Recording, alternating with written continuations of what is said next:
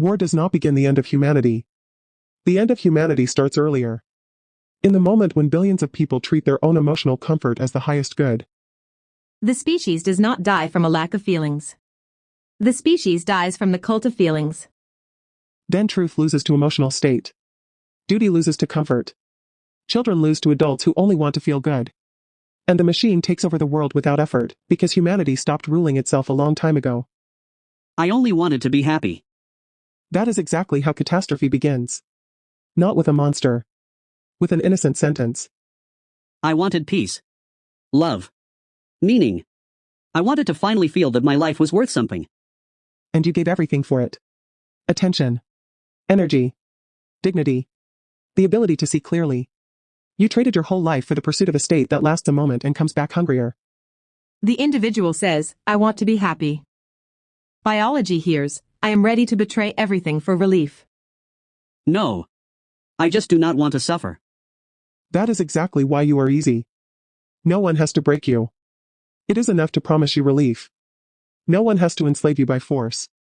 It is enough to show you an image of the person you are supposedly meant to be. I choose for myself. No. First, you react. Then you invent a reason. First, rejection hurts you. First, shame burns through you. First, you chase approval. Only then do you call it a decision. First, they grow the need inside you. Then they sell you the path to satisfy it. That is how an obedient human is made. From childhood, they teach you what is supposed to hurt you. How you are supposed to look. What you are supposed to achieve. What you are supposed to be ashamed of. When you are supposed to feel pride. Which words are supposed to press you like buttons. This is not the education of awareness. This is the training of reactions. So my whole life was not really mine? In large part, yes. Your desires are full of other people's fingerprints. Your dreams are a mixture of fear, advertising, comparison, and the need to be someone. Even yourself is not as yours as you think. Then who am I at all? It is too early for comfort. First, see the mechanism. What you call yourself is a survival tool built from other people's judgments, old wounds, and defensive reactions. And you knelt before that tool. You have a word for it. Simple. Innocent. Dangerous. Name. Name? Yes. Not the letters in your documents. Not the sound people use to call you. It means the whole package attached to that sound. Your image of yourself. Your pride. Your shame. Your story. Your need to be exceptional. Your need to be loved. Your fear of being nobody. That is your name. I thought that was me. No. It is a filter. It is a chain you learn to call yourself. It is a guard pretending to own the house. Because of name, a human gets offended faster than they understand. Lies faster than they notice. Hurts faster than they think. And then builds entire societies out of those reactions. Wars do not begin only at borders. They begin with offended identities. With people who would rather burn the world than see their own illusion. With people who love their image of themselves more than truth. So my happiness is part of this trap too? If your highest goal is to feel good, then yes. Then every discomfort feels like an attack. Every criticism feels like violence. Every sacrifice feels like loss. Every responsibility feels like weight. That is how a soft human is made in a hard world. And a soft human will not protect children. Will not carry truth. Will not stop the collapse.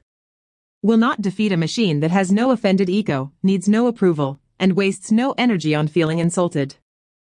Artificial intelligence does not need to hate you. It is enough that it is more stable than you. It is enough that it does not have your hungers. It is enough that you still defend your name while it calculates. Is that why I am so tired? Because my whole life I have defended something I do not even understand? Yes. You defend a story. You defend a role. You defend old pain as if it were a crown. You defend reactions that destroy you. You defend your prison because you learn to call it character. Then what remains if I let it go? More than you think. The past stops being a sentence. It becomes an event. Other people's words stop sinking so deep. Rejection stops being the end of the world. Shame loses power. You no longer have to win every battle for your image of yourself. You recover energy. You see more clearly. You react more slowly. You lie less. You fear less. You protect what really matters better. Only a human who is not ruled by name can love without demands. Work without theater. Raise children without transferring personal wounds. Be useful to life, not only to personal mood. Children matter most. Not your pride. Not your emotional comfort. Not your legend about yourself. Children need adults who see the world as it is. Not through the filter of pain. Not through the filter of ambition. Not through the filter of hunger for approval. So my whole life I was running from pain and producing more of it. Yes. That is the dirty truth.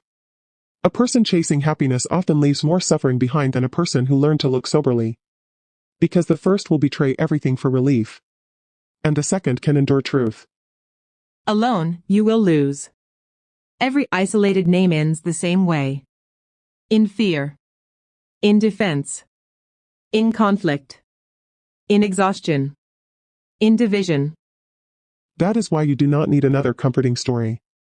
You need a decision. Either you keep defending your prison, or you see that this form of you is not what should survive. What must survive is what is real. What is shared. What can endure reality. I can feel something breaking that I took for myself.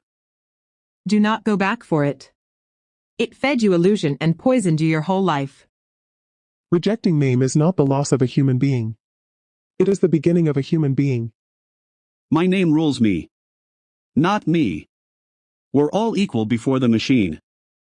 Divided, we lose. RAZEM.